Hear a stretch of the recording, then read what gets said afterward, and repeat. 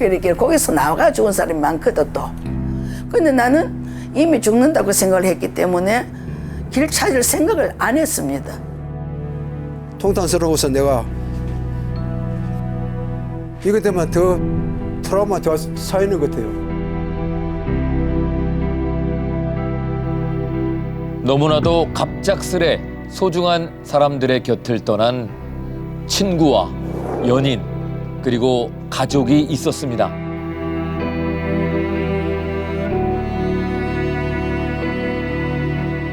결코 잊어서는 안 될 기억들인데요.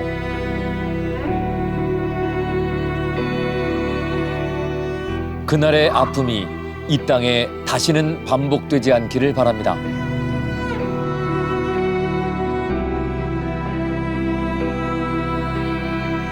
오늘의 라이브 이슈는 대구 지하철 화재 참사입니다.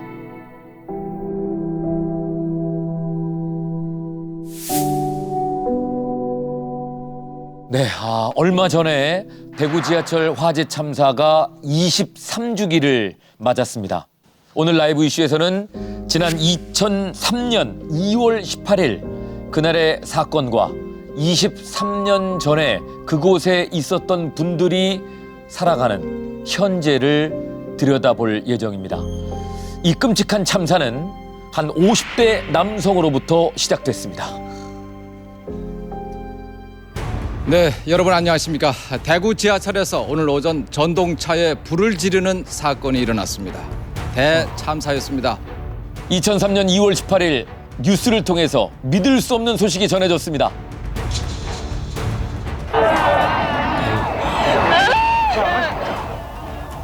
바로 대구 지하철 중앙로역에 대형 화재가 났다는 소식이었습니다. 수백 명의 시민이 다치고 사망했습니다.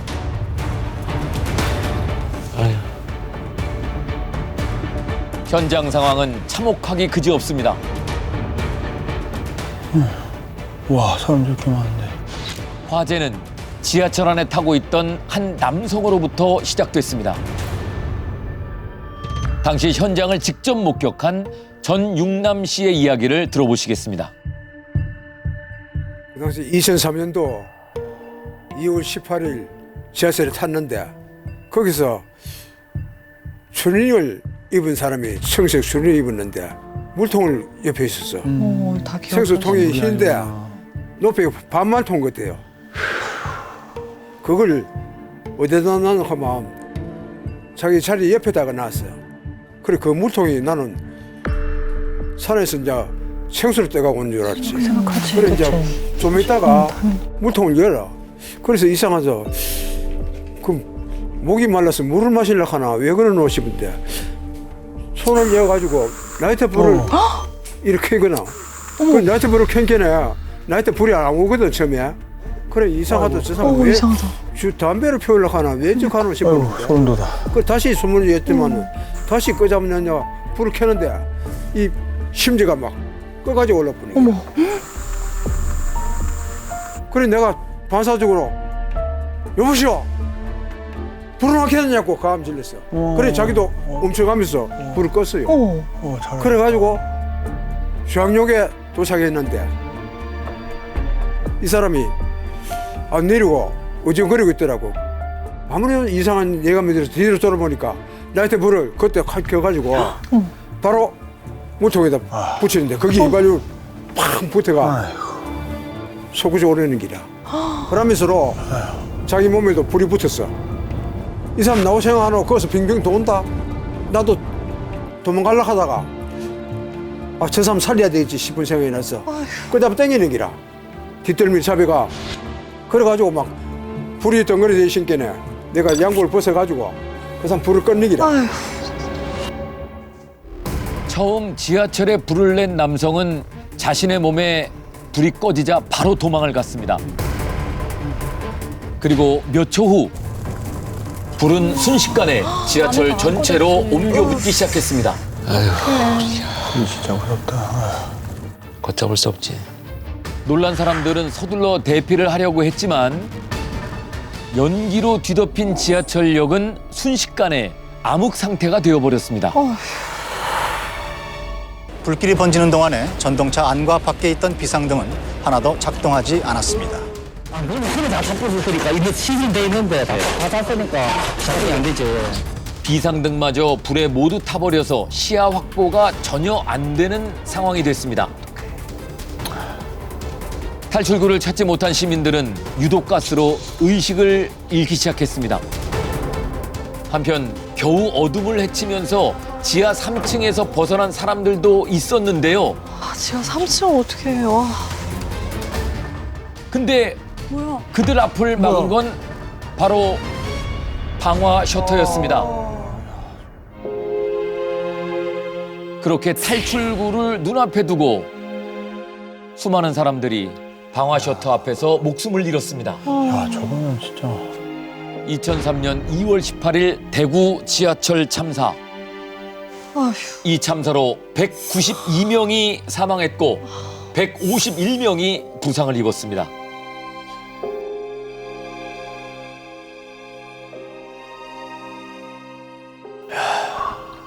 아, 방아셔터. 와.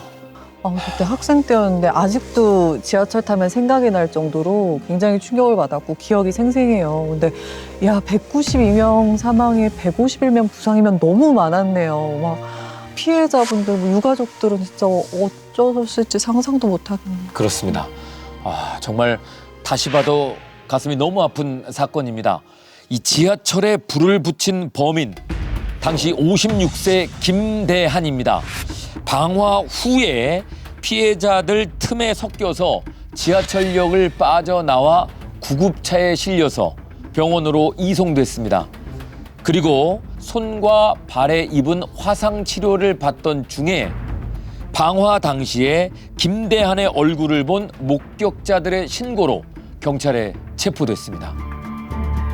혹시 기억은 나실 거 아닙니까? 예. 왜 질렀습니까? 말을 못해요. 나는 말을 못해. 근데 이제 저렇게 많은 사람을 죽여놓고 자기는 태연하게 맞아. 병원에서 치료를 받았다는 게 너무 화가 나네요. 네, 김대한은 2001년 4월에 뇌졸중으로 쓰러진 뒤에 편마비 때문에 한쪽 몸을 제대로 쓰지 못하는 그런 상황이었습니다. 그러면서 뇌졸중 치료를 위해 다니던 한방병원에서 의료사고를 일으켜 자신이 이렇게 된 거라며 병원에 찾아가서 의료진과 관계자들에게 폭력을 휘둘렀다고 합니다. 그 전부터 폭력성이 보였었네요. 그죠? 네, 그리고 나서요. 그 지하철 방화 사건 한 달 전에 자기 집에 휘발유 2통을 사들고 가서는 가족들한테 내 병을 제대로 치료하지 못한 의사를 죽이겠다. 이런 얘기를 했다고 합니다. 그리고 사건 열흘 전엔 병원에 결국 찾아가서 불을 지르겠다면서 난동을 피우기도 했습니다. 왜 그러는 거야? 저런 말을 했다니까 뭔가 더 소름 돋기도 하고 언제라도 그런 큰 사고를 낼 사람이었던 것 같아요. 네. 근데 당시 병원에서는 의료사고를 주장하는 환자라는 특성을 감안해서 신고나 고소 같은 적극적인 조치를 취하지는 않았다고 합니다. 그렇게 김대한의 폭력성은 점점 더 심해졌는데요.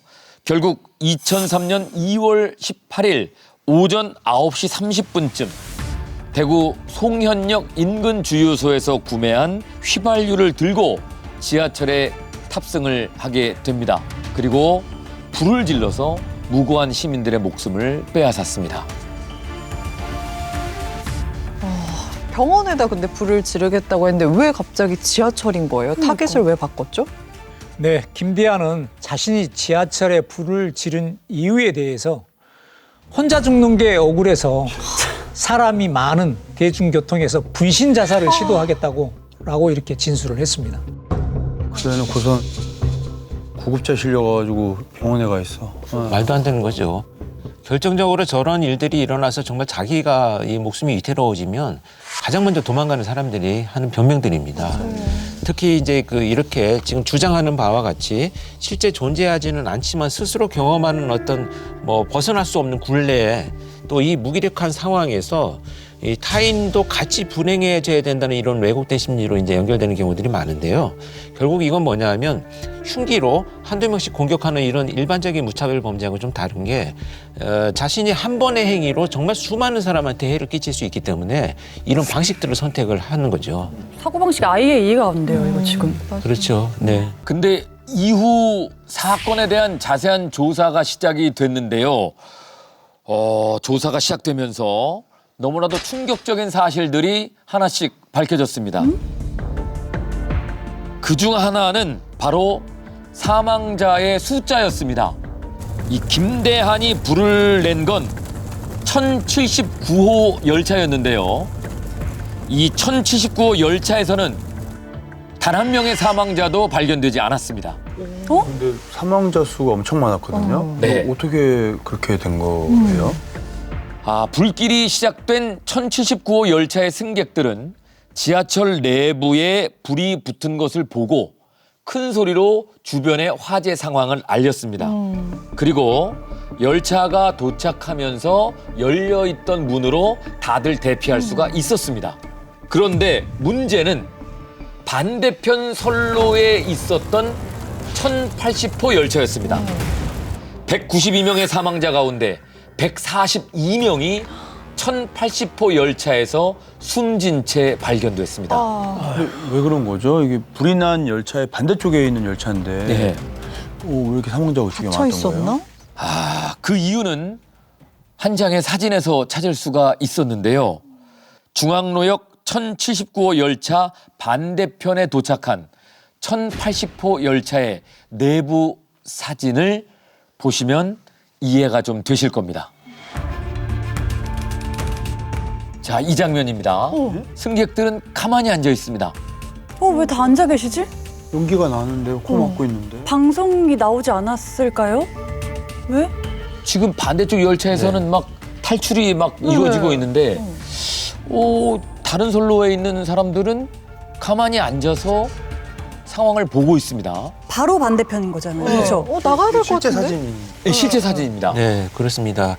그런데 저 승객들이요, 지하철 밖으로 대피하지 않고 좌석에 가만히 앉아 있었던 이유가 따로 있었습니다. 바로 이 1080호 열차를 몰던 기관사가 승객들에게 곧 열차가 출발을 할 테니 잠시만 기다려 주십시오 라는 안내 방송을 했기 때문입니다. 세월호 같아. 근데 제가 궁금한 건 4분 차이였잖아요. 4분 맞나? 그러면은 불이 났다는 걸 알면 원래 지나오거나 아니면 못 오는 게 맞지 않아요? 네. 안 됐나? 그렇죠. 근데 이게 어떻게 지금의 상식으로는 그렇죠. 우리의 상식으로는 지금 그렇습니다. 차차 이제 또 설명을 드릴 텐데요. 결국 이 열차는 기관사의 말과는 달리 끝내 출발을 하지 못했습니다. 분해라도 열어주지. 근데 만약에 제가 앉아 있었는데 그런 방송이 나오면 저도 그냥 앉아 있었을 것 같아요. 이게 곧 가는 게 나을 수 있으니까. 그리고 문도 안 열어줬을 수도 있고 닫혀 있을 수도 있잖아요. 이 열차를 운전하는 기관사가 가만히 있으라고 했으니까. 네, 믿고. 자, 1080호 열차 기관사가 이런 방송을 한 이유 알려드리겠습니다. 이유가 있어? 1079호 열차에 처음 불이 난 시간은 오전 9시 52분입니다. 불이 막 번지기 시작하던 그때 반대편 승강장 또한 시커먼 연기로 자욱해집니다. 이 모든 상황은 운전사령실에 실시간으로 비춰지고 있었는데요. 당시 근무 중인 3명의 직원이 있었지만 그 누구도 이 상황을 발견하지 못했습니다. 말도 안 돼. 말도 안 돼. 이거 말이 안 되는데? 말이 안 되는데. 참사를 막을 수 있었던 첫 번째 골든타임이었습니다. 그러나 이 시간은 허무하게 지나가게 됐습니다. 모든 상황을 알아야 할 운전사령실은 오히려 영무원에게 무전이 오기 전까지 이 화재 사실을 전혀 알지 못했습니다. 안 보고 있었나 안 봤나 보다. 보다. 맨날 보는 거니까. 한편 그 시각 중앙로역 바로 옆 대구역에 정차해 있던 1080호 열차. 그때 1080호 열차로 운전사령실의 지시가 내려옵니다. 네,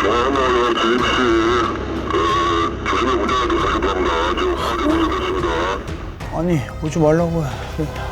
차가 발생했는데 뭐라 그래? 대구역에서 멈춰 있으라는 얘기가 아니고 화재가 난 역으로 운행하라는 지시가 내려온 겁니다. 왜요?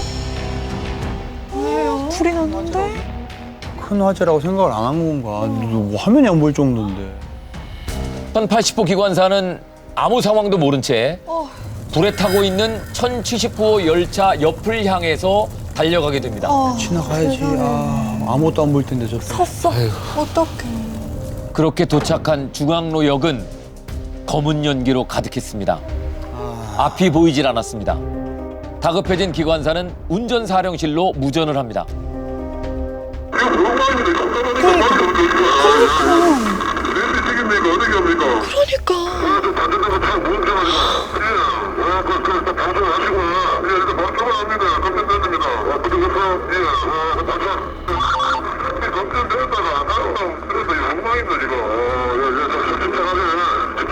침착한 게 아니고 이게 말이 안 돼. 그럼 내보내야지. 급박하게 흘러가는 상황 속에서 운전사령실은 방송을 지시했고요. 기관사는 이런 안내 방송을 합니다. 승객 여러분 죄송합니다. 지금 곧 출발하겠습니다. 잠시만 기다려 주십시오. 진짜. 당장 대피하라는 지시가 아니고 가만히 대기하라는 안내 방송이 나가게 됩니다. 안내 방송이 나오면서 승객 여러분 죄송합니다 그러면서 곧 출발하겠습니다. 그래서 저는 뭐 별로 대수롭지 않게 생각하고 불 났구나. 그럼 믿는 거죠. 1분 1초가 급한 상황에서 승객들은 안내 방송을 믿고 기다렸습니다. 믿을 수밖에 없잖아. 그 사이에 또 한 번의 골든타임이 흘러갑니다. 아유, 어떡해. 그렇게 1080호 열차 안에서만 무려 142명이 사망하게 됩니다. 저 열차만 안 돌았어도. 당일날 오전 9시 50분경 1080호 열차가 중앙로역에 진입을 했을 때는 이미 1079호 열차에서 시작된 불이 크게 번져 있었습니다. 하지만 운전사령실과 1080호 열차 기관사 아무도 제대로 된 판단을 내리지 못한 채 시간만 흘러갔습니다. 그 사이 5분이란 시간이 흘러가면서요. 많은 사람들이 대피할 수 있었던 골든타임도 또 놓치게 됩니다. 결국 승객들이 대피하지 못한 상황에서 1079호 열차에서 발생한 불이 1080호 열차에 옮겨붙게 된 겁니다. 근데 이게 반대편 선로에서 그 1079호 열차가 막 불이 나고 난리가 나 있었잖아요. 그럼 그 상황을 딱 들어올 때 좀 뭔가 기관사 분이 뭔가 알지 않았을까 생각은 드는데 어떻게 된 심지어 걸까요? 하셨는데. 예, 당시 승강장안은 지하철에서 불타면서 내뿜는 검은색 유독가스로 가득 차 있었기 때문에 1080호 열차 기관사는 1079호 열차가 불이 타고 있다는 사실을 인지하지 못했다고 합니다. 승객들도 마찬가지로 바깥 상황을 제대로 파악하지 못했고 그래서 곧 출발한다는 기관사의 방송에 별일 아니겠지라고 생각하면서 제때 대피하지 못했던 겁니다. 세상에. 뭔가 이 골든타임이 여러 번 있었는데 그거 골든타임 이 중간중간에 피할 수 있었던 게 너무 많았던 것 같아요. 근데 운전사령실 거기에 3명이나 있었다고 하셨잖아요. 근데 그걸 못 봤다고 하신 거예요? 그게 그렇습니다. 어떻게 판단을 안 하고 어떻게 그렇게 하실 수가 있는지 전 진짜 너무 궁금하거든요. 이게 참 이해가 안 되는 부분입니다. 네, 화재가 발생한 시점부터 좀 설명을 좀 드리겠습니다. 앞서도 나왔지만 운전사령실이라는 곳이 있어요. 네. 그곳에서 모든 지하철 운행 상황을 관리하고 파악하고 또 지시 내리고 이런 곳인데 여기에 CCTV 모니터가 보시는 것처럼 22대가 달려 있어요. 그리고 당시 근무 인원은 3명이었습니다. 그러면 단순히 산수 계산만 해봐도 한 사람이 7개 정도만 모니터링 하고 있으면 되잖아요. 더더군다나 화재가 발생하고 연기가 나는 건 대단히 이상하고 독특한 상황에서 딴 데 보고 있다가도 사실 사람의 감각에 이게 느껴지게 되거든요. 그런데 저들은 이상한 조치를 취했고 아무 조치도 취하지 않았고 이런 상황이었고요. 왜 이렇게 됐느냐라는 것은 나중에 이 사건이 재판이 벌어져서 재판 과정에 밝혀지게 되고요. 그게 판결문에 담깁니다. 판결문에 어떤 얘기가 담기냐면 3명 모두 당시에 CCTV 모니터를 제대로 보지 않았다라는 겁니다. 그 CCTV 보는 게 일이시잖아요. 직업이잖아요. 그죠? 아, 근데 왜? 그걸 해주셔야 되는 분들이. 아니 근데 이게 CCTV를 보고 문제가 생기면 뭐 전달해주고 그런 역할을 하는 분들인데 한 명도 아니에요. 그래서 혹시나 놓칠까 뭐 해서 여러 명이 같이 근무를 하는 거잖아요. 근데 3명이 동시에 못 봤다는 거는 사실 이 얘기 말이 안 들었을 되는 거야. 때는 자리를 안 지키시고 나가셨나? 라고 생각해도 이해가 안 되는데. 그냥 안 본 거야? 그럼 보고 계셨다는 거잖아요. 어떻게 그래? 그런데 제일 처음에 중앙로역에서 화재가 발생했다는 사실은 자신들이 CCTV를 보고 간 게 아니고요. 영문이 운전사령실로 전화를 해서 알게 됩니다. 네. 불이 났다. 그러니까 어느 정도의 심한 건지도 모른 채 그래요? 그리고 나서 전화를 받은 운전사령실 직원이 열차 기관사들에게 자신은 별다른 화재가 아니다라고 생각하는 상태에서 주의 운전을 하십시오라는 통보만 한 겁니다. 저렇게 안 보이는데?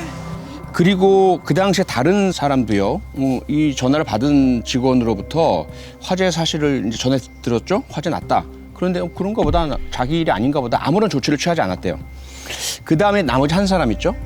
나머지 한 사람은 심지어 그 당시에 자신의 휴대전화로 사적인 전화를 하고 있었다는 사실이 밝혀졌습니다. 어떻게 이래? 아니 1분 1초가 지금 너무 소중한 시간들이었는데 어떻게 이럴 수가 있어요? 저때 다들. 진짜 대피 방송만 했었어도 네. 이렇게까지 큰 왜 이러는 거야? 이 운전사령실과 1080호 열차 기관사의 이해할 수 없는 행동은 지금 이것뿐만이 아니었습니다. 나? 또 했어요? 있어요? 네. 운전사령실의 미흡한 대처로 1080호 열차는 중앙로역에 들어오게 됐고요. 뒤이어 이 1080호 열차에도 불이 옮겨 붙습니다. 아유 그럼 빨리 가야지. 불길은 점점 더 거세졌고 운전사령실과의 무전도 끊겨버리게 됩니다. 이에 1080호 기관사는 휴대전화를 이용해서 다시 통신을 시도합니다.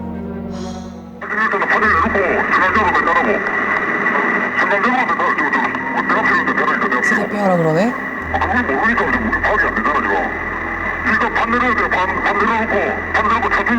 차 죽이고 가야 된다. 무슨 차를 못 가게 하고? 운전사령실에서는 차를 죽이고 가라 이런 지시를 내렸습니다.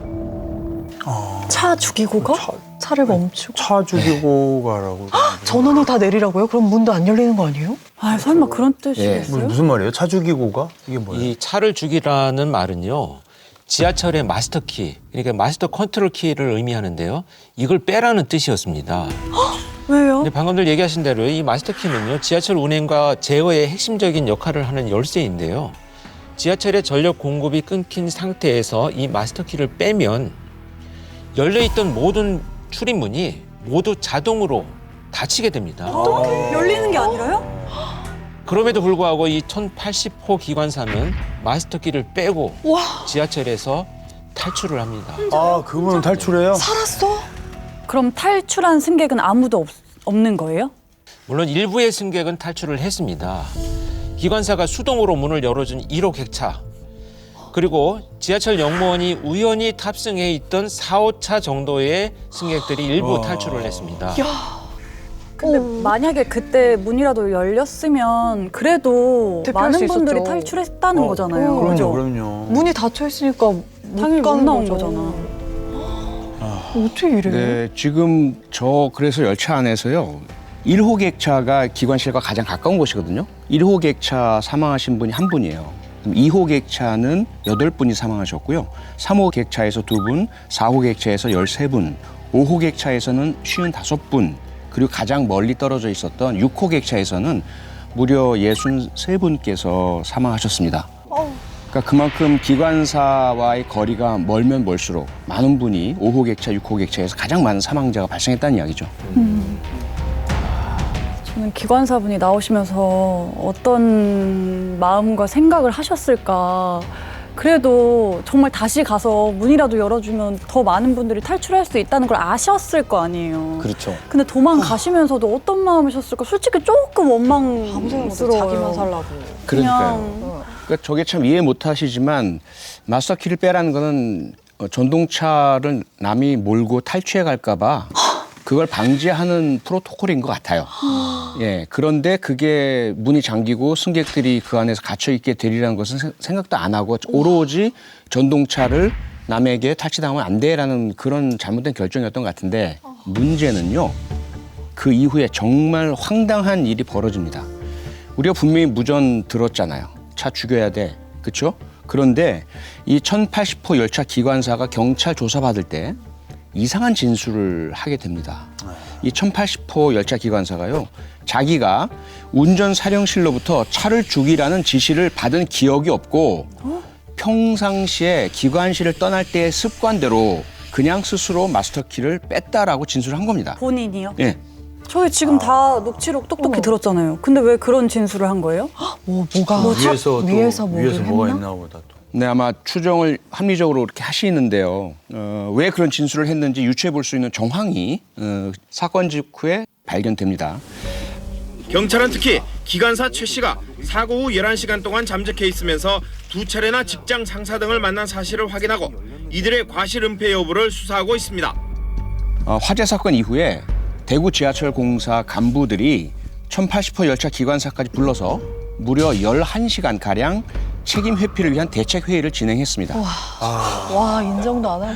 아니 근데 대책 회의를 그렇게 긴 시간 동안 하면 뭐 어떻게 수습할지 유가족분들 뭐 보상이나 뭐 어떻게 사과를 해야 할지, 사과할지 맞아. 뭐 그런 게 아니고 본인들이 살기 위해서 책임 회피를 11시간 동안 했다는 게 너무 양심이 없는 것 같아요. 그걸 또 기관사한테 몰았네요.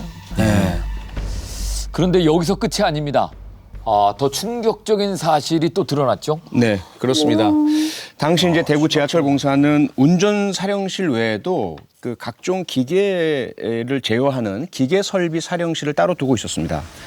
그런데 이 기계 설비 사령실은 지하철 운행에 장애를 초래할 수 있는 일이 생기면 그 사실을 바로 운전 사령실에 통보하도록 되어 있었어요. 그리고 참사 당일에 이 기계 설비 사령실에는 화재 발생 약 1분 만에 화재 경보라는 이제 문구와 함께 경보음이 울렸었다고 합니다. 예, 시스템인 그대로. 그런데 이 기계설비 사령실에서는 이 경보를 무시하고 운전 사령실에 따로 알리지 않았다고 합니다. 와, 다 난리다 난리야. 와, 야. 이 경보를 무시하고 알리지 않은 이유가 참 황당합니다. 당시 뉴스 보도를 보여드리겠습니다. 대구 지하철공사의 사령실 직원들이 참사 당시 화재 경보가 울렸는데도 이를 무시했던 것으로 드러났습니다. 화재 경보기가 오작동한 줄 알았다는 직원의 얘기입니다. 아니, 확인을 해야지. 이게 참.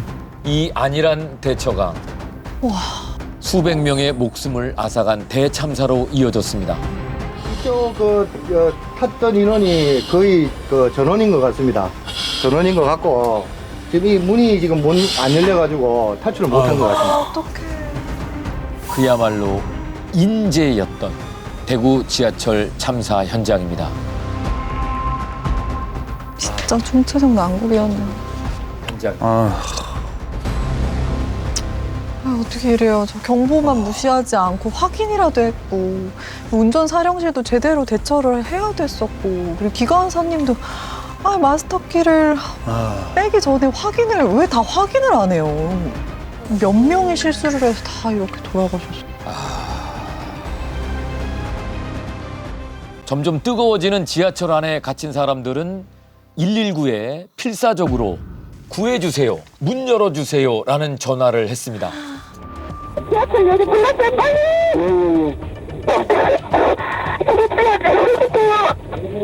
불렀는데 지하철이 어디서 문이 있거든요? 어떡해. 당시 20분 동안 119에 들어온 신고가 무려 150통이었습니다. 일부 사람들은 가까스로 탈출했지만 문을 여는데 아무것도 안 보이는 기라 아무 못 빠져나오대. 수많은 사람들이 지하철역 안에 갇히게 됐습니다. 까만 연기는 시야를 차단했고 야, 밖에 저 정도면 와. 비상등은 녹아내려서 한 치 앞도 안 보이던 지하 3층이었습니다. 어떻게 나가? 유독가스가 흘러들어와서 숨을 쉬는 것조차 힘들었습니다. 힘겹게 발걸음을 내디디며 한층 한층 위로 올라갔지만 그들 앞은 굳게 닫힌 비상 셔터로 가로막혀 있었습니다. 아이고. 당시 상황에 대한 생존자의 이야기를 들어보시겠습니다. 그 창가를 보니까 벌써 연기가 저쪽에서 모락모락 올라오고 있더라고요. 그 연기가 입 안으로 확 들어가니까 숨을 쉴 수가 없어. 그리고 또 앞이 캄캄하니까 뭐가 어디가 어딘지 알 수도 없고. 그래서 뭐 그때부터는 제가 할 수 있는 거는 기도밖에 없었어요. 또한 그 당시 중앙로역 바깥은 아비규환 그 자체였습니다. 소방원들도 참. 154명의 소방 공무원과 38대의 차량이 동원됐습니다. 죽은 사람이 먼저 지금 3명. 3명이요? 지금 나오고 있습니다.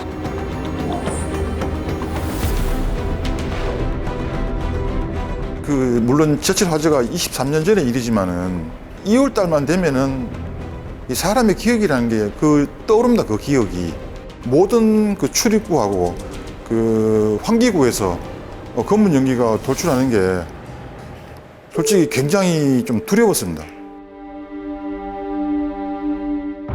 당시 11년 차였던 전용섭 소방관에게도 이런 대형 화재는 처음이었습니다.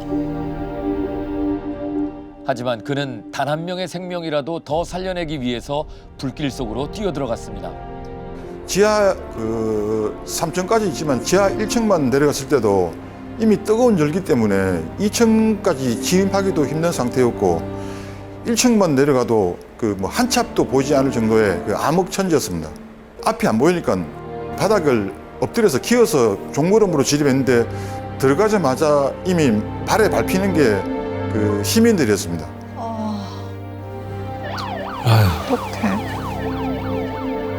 불이 꺼진 지하철역으로 수많은 시민들이 찾아왔습니다. 가족과 친구의 생사를 확인하기 위한 사람들이었습니다. 그날 딸을 떠나보낸 황명애 씨의 이야기를 들어보시겠습니다. 아주 야무지고 똑소리 나는 그런 애였어요. 대학을 입학하기 이제 직전이어서 용돈이라도 번다고 아르바이트 하러 갔다가 사고가 났습니다. 아카데미 극장 앞에 현황판이 있어요. 그 현황판을 이제 이렇게 읽어 나가는데 뭐 이름 누구 남 누구 여 이렇게 나가다가 이름이 없어요. 남여로 나와요. 조금 더 있으니까 남여가 아니고 그냥 몇 명으로 나와요. 그러다가 이제 수습 종료를 알리더라고요. 그래서 제가 가서 물어봤습니다. 저 안에 수습할 인원이 없다는 얘기입니까? 아니면 수습할 상황이 안 된다는 얘기입니까? 라고 하니까 두 번째라고 얘기해요. 그래서 그 자리에 제가 이제 정말 주저앉아서 몸에 힘이 빠지면서 그 전까지 넌 할 수 있어, 나올 수 있어, 너는 야무지잖아. 그래서 이거 아무것도 아니야, 나올 수 있으라고 했는데 결국은 못 나왔습니다.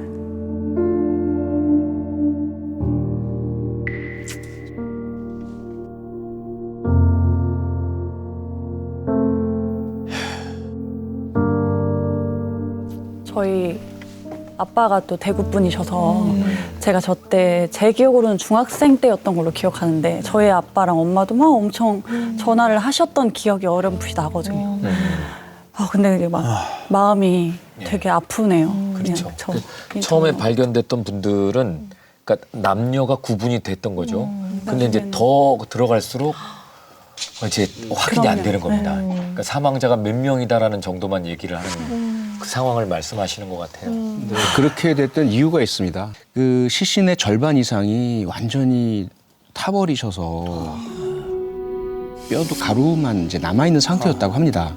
그래서 이게 DNA를 추출하려면 치아라든지 뼈가 조각이라도 있어야 될 텐데 그게 안 돼가지고 발만 동동 구르고 이런 상태였고요.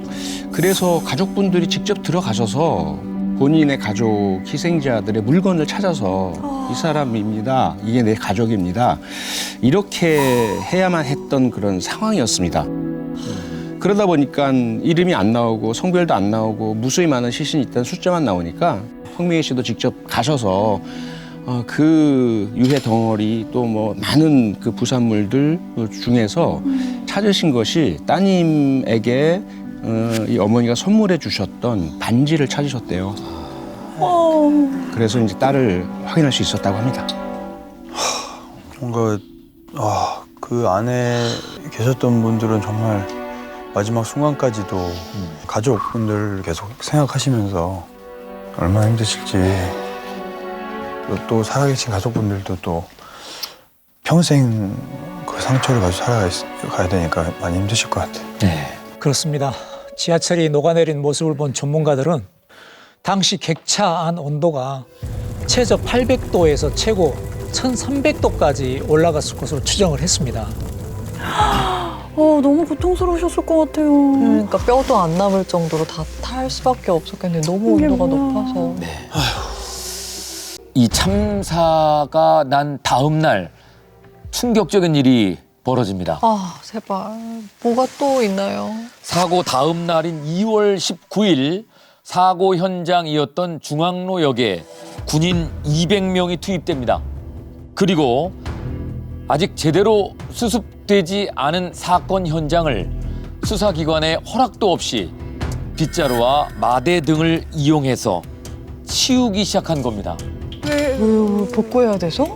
그 사건 다음 날이면 아직까지 그 가족분들이 아직 못 찾은 분들이 많잖아요. 너무 급하게 왜 그런 거죠?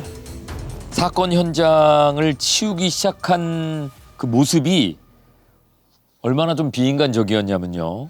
마대 포대에 함부로 담아 옮긴 것 중에는 피해자들의 유류품은 물론이고 타다 남은 시신 일부까지 포함이 되어 있었다고 합니다.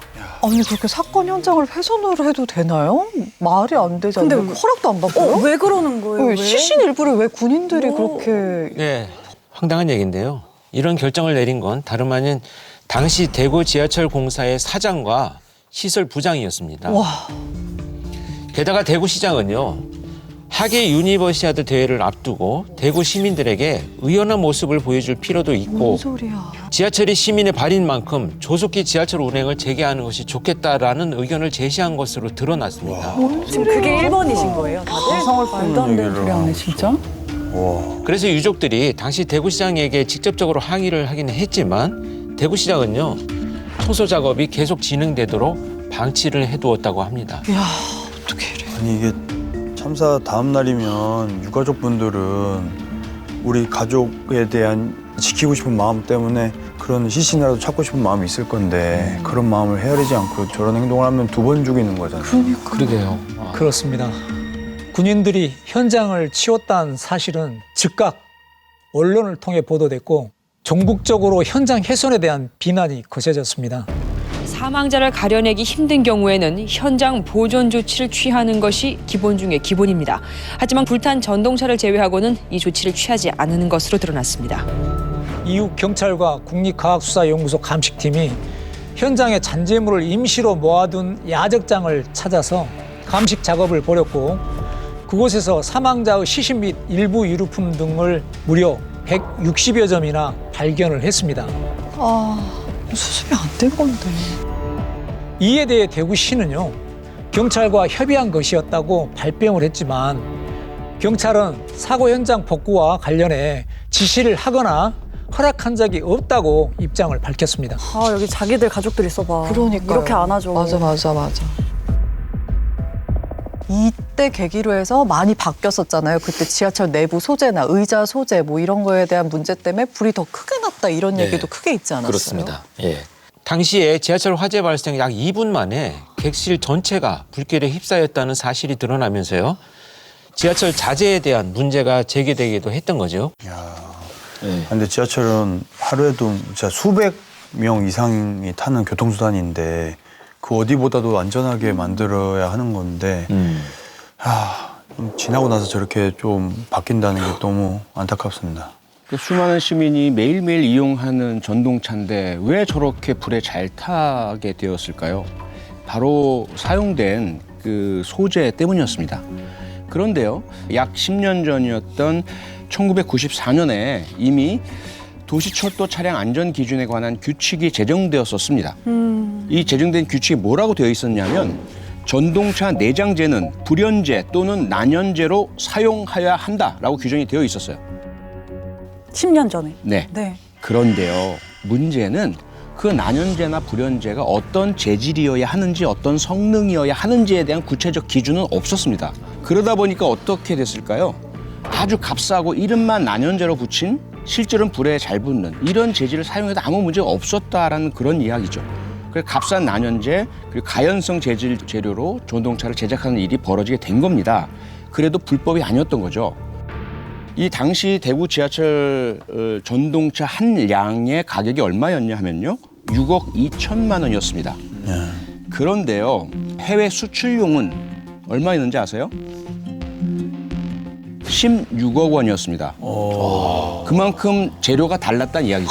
아니 알면서 한 거잖아요. 같은 차인데 거의 3배 차이 나는 거잖아요. 왜 그렇게 차이가 나는 거예요? 그 이유는 다른 나라는 기준이 엄격하기 때문입니다. 다른 나라에 이 전동차를 팔려면 그 나라 기준에 맞춰야 될 거 아니겠어요? 거기서는 재질, 성능, 엄격한 구체적 기준들이 다 마련돼 있었던 거죠. 그래서 수출하는 전동차는 불연재를 비싼 것을 사용해서 납품을 하고 대구 지하철 공사에 납품했던 전동차는 아주 값싼 난연재를 사용하거나 또는 가연성 소재를 써서 납품 단가를 아주 싸게 만들었던 거죠. 야, 파도 계속 나오네요. 알면 알수록 충격적이지 않은 사실과 실수들이 없는 것 같아요. 어떻게 이래요? 파렴치한 거죠. 네, 그래서 아마 많은 분들이 다 기억하고 계시겠지만 이 대구 지하철 화재 참사로 인해서 참으로 많은 변화들이 있었습니다. 가장 큰 변화가 있었다라고 한다면요. 당시 객실을 약 2분 만에 불태웠던 가연재 재질의 지하철. 이게 그 이후에는 불에 잘 타지 않는 불연재 혹은 난연재 재질로 바뀌었습니다. 그리고 비상 개폐 장치와 안내문을 훨씬 더 잘 보이게 설치를 했고요. 비상 통화 장치를 칸마다 촘촘히 배치하게 되었습니다. 그게 지금 여러분들이 보시는 것이 그 이후에 바뀐 거예요. 네, 그 덕분에 기억하시겠지만 우리 히든아이에서도 다뤘었죠. 지난해 5월에 서울 지하철 5호선 방화 사건이 발생했지 않습니까? 그런데 그 당시에는 오히려 범인이 확실하게 그 인화물질을 붓고 불을 당기고 더 심각한 상황이었는데도 불구하고 지하철 내부 불이 크게 번지지 않았었어요. 네, 그 사이에 이제 시민들은 발빠르게 그 도피도 하고 대처도 하고 하실 수 있었고 기관사에게 바로 그 비상 통화가 있으니까 전화가 있으니까 기관사에게 빨리 연락도 할 수가 있었습니다. 뭔가 왜 이렇게 좀 더 빨리 이런 수칙을 세우지 못한 걸인지 너무 안타깝습니다. 맞아요. 꼭 이렇게 사건이 발생해야 고쳐지는 것 같은데. 진짜 하고 싶은 말. 처벌은 잘 받았나요? 자, 이 처벌에 대해서도 또 논란이 좀 되기도 했었고요. 일단 검찰은 지하철의 방화를 저지른 범인 김대한을요. 현존 전차 방화 치사 등의 혐의로 기소를 해서 법정 최고형인 사형을 구형을 했습니다. 그런데 1심에서 방화범 김대한에게요. 실행 직전까지 범행을 망설였던 점. 뭔 소리야? 망설인 게 아니고 라이터가 못한 거죠. 뭐라고 해서. 잘못을 뉘우치고 있는 점. 사형을 정당화시킬 수 있는 특별한 사정이 없는 점. 이런 점을 들어서요. 무기징역을 선고했습니다. 이제 2심 역시 바로 이어서 무기징역을 선고를 했고요. 김대한이 대법원 상고를 포기하면서 형이 확정이 됐습니다. 그리고요. 사건 발생 1년 6개월 만에 김대한은 수감 중에 호흡곤란과 의식 혼미 증세를 보이다가 사망을 했습니다. 이게 저는 잘 모르겠지만 그 자기 자신의 죄를 사죄한다고 하면 이게 다 사죄가 되는 일이 아니잖아요. 아니죠. 너무 많이 돌아가셨죠. 근데 진짜 말이 안 된다. 너무 너무 큰 범죄를 저지르고 너무 많은 분들이 사망한 사건인데 뭔가 마땅한 처벌을 다 받지 못한 것 같다는 생각도 들어요. 네. 그럼 혹시 다른 사람들은 혹시 어떻게 처벌을 받았는지 궁금해요. 네, 김대한 이 방화범만 문제가 아니었죠. 정말 그 이후에 잘못된 대처가 오히려 더 많은 사상자를 냈는데요. 검찰은 김대한 외에도 1079호 열차와 1080호 열차 기관사들을 업무상 과실치사상 혐의로 기소했습니다. 네, 그래서 재판이 열렸고요. 법원에서는 판결을 하면서 1080호 열차 기관사에게는 대피하지 못한 승객이 있는지 확인하지 않고 마스터 키를 뺀 점 등을 들어서 업무상 과실치사상죄의 법정 최고형인 금고 5년을 선고했고요. 1079호 열차 기관사에 대해서는요. 화재 사실을 운전사령실에 제대로 보고하지 않은 점 등으로 금고 4년형을 선고했습니다. 그리고 처음 연락을 받고서 1080호 열차 전동차를 바로 정차시키지 않았던 운전사령실 직원에게는요. 금고 4년, 그리고 다른 2명의 직원에겐 금고 3년을 선고했고요. 기계설비사령실 직원들에게는 각각 금고 2년과 금고 1년 6월에 집행유예 3년형을 선고했습니다. 이 금고는 징역형과 다른 거는 노역을 안 하는 교도소에만 있는 것을 금고형이라고 합니다. 아까 사건 현장 치우게 했던 그 사람들은 어떻게 됐을까요? 그렇게 지시했던. 네, 사건 현장 청소를 지시한 대구 지하철공사 사장과 시설부장은 증거인멸 혐의로 기소됐지만 시설부장은 상관의 지시를 받은 점 등의 이유를 들어서 무죄를 선고받았고요. 사장 역시 대법원까지 상고한 끝에 무죄를 선고받았습니다. 아, 말도 안 돼. 아니, 집행유예가 나온 것도 아니고 어떻게 무죄일 수가 있어요? 그렇게 함부로 다 훼손했는데. 그럼 안 되는 거 아니에요? 말이 안 되잖아요. 그러니까 기억하시겠지만 2014년 세월호 참사 선장 이준석은 무기징역형을 선고받았습니다. 그럼 그의 행동과 대구 지하철 기관사나 운전사령실, 기계사령실 혹은 그 위에 있는 사람들의 행동이 뭐가 다를까요? 그렇죠? 그런데 너무나 다른 이런 처벌이 내려진 것이 너무나 안타깝고요. 사실은 사람의 목숨이 더 중요한가 아니면 전동차가 더 중요한가? 여기에서 전동차가 더 중요하다는 그 판단을 내린 사람들을 이렇게 가볍게 처벌한다는 게 우리 사회가 그런 사회인가? 이런 신호 같아서 너무나 도저히 납득할 수도 없고 가슴이 아픕니다. 네, 그리고 그런 측면에서 본다면요. 사실 이때만 해도 이 상황을 전반적으로 우리가 들어보면 이런 참사에 대한 이 컨트롤 타워가 없었다는 거예요. 그러니까 누구한테도 책임을 물어야 될지조차 모르는 이런 상황에서 결국 뭐 처벌할 사람이 없었던 거죠. 이런 일들이 정말 있었다는 것이 정말 너무나 안타까운 이런 상황입니다. 여기가 진짜 너무 답답해요. 20년이 지났는데.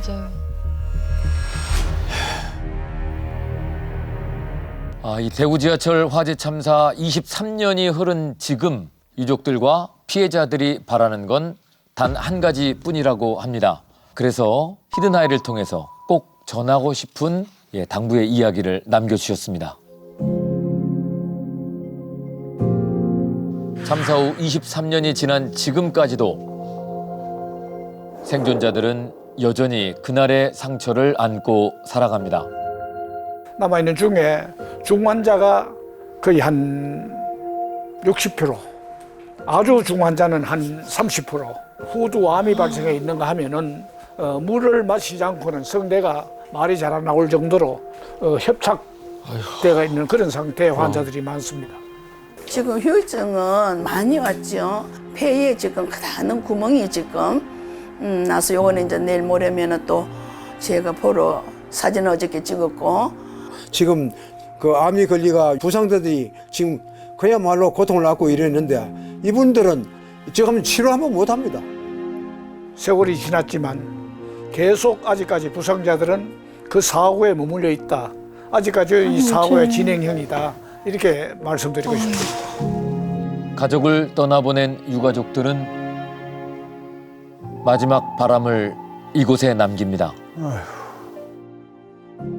저희 유가족들이 이제 바라는 거는 다른 거 없습니다. 정말로 내 아이가 편히 쉬고 또 이제 후세가 편하게 살게 하게끔 하는 그게 큰 바람입니다. 그냥. 안전에 대한 경각심 없이 생명을 소홀히 생각한다면 참사는 재발이 될 것이고 누군가가 또 희생당할 것이다. 저희들이 희생자 묘역을 포함한 추모공원 조성과 추모사업 추진을 강력하게 주장을 했고 유족들의 명예를 회복시켜주고 숨져간 192명 희생자가 영면할 수 있는 첫걸음이 될 것이다. 이렇게 생각을 합니다.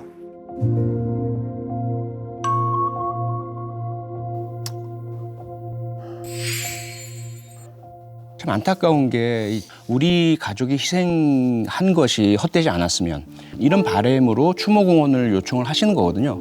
그러면 그런 뜻이 담기려면 누구나 볼 수 있는 곳이어야 하잖아요. 그런데 대구시 측의 입장은 그게 상당히 참사였고 모두가 책임을 져야 하는 것이긴 하지만 그다지 긍정적인 것이 아니고 어떤 분들은 이게 혐오 시설로 인식을 하셔서 다양한 반대 민원도 있습니다라는 어떤 입장이 있는 거죠. 그래서 국가, 정부, 대구광역시 좀 전향적으로 노력을 해주셔서 해결됐으면 좋겠고 또 하나 문제가 있어요.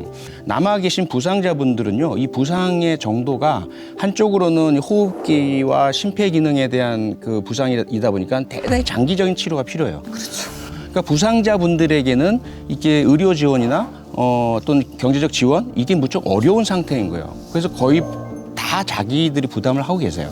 이런 문제는 꼭 해결했으면 하는 좀 간절한 바람을 좀 말씀드리고 싶습니다. 유족들에게도 그리고 생존자들에게도 그날의 악몽은 아직 끝나지 않았습니다. 다시 한번 참사로 인해서 돌아가신 분들의 명복을 빌고요. 우리 생존자분들에게도 진심 어린 위로의 말씀을 드리고 싶습니다. 사고는 잊을 때 다시 온다라는 말이 있습니다. 우리가 대구 지하철 화재 참사를 과거의 비극으로만 두지 않고 계속 곱씹고 기억해야만 하는 이유가 아닐까 싶은데요. 오늘 우리들의 추모가 내일의 안전이 되기를 간절히 바라봅니다. 모두의 즐거움 MBC EVERYONE.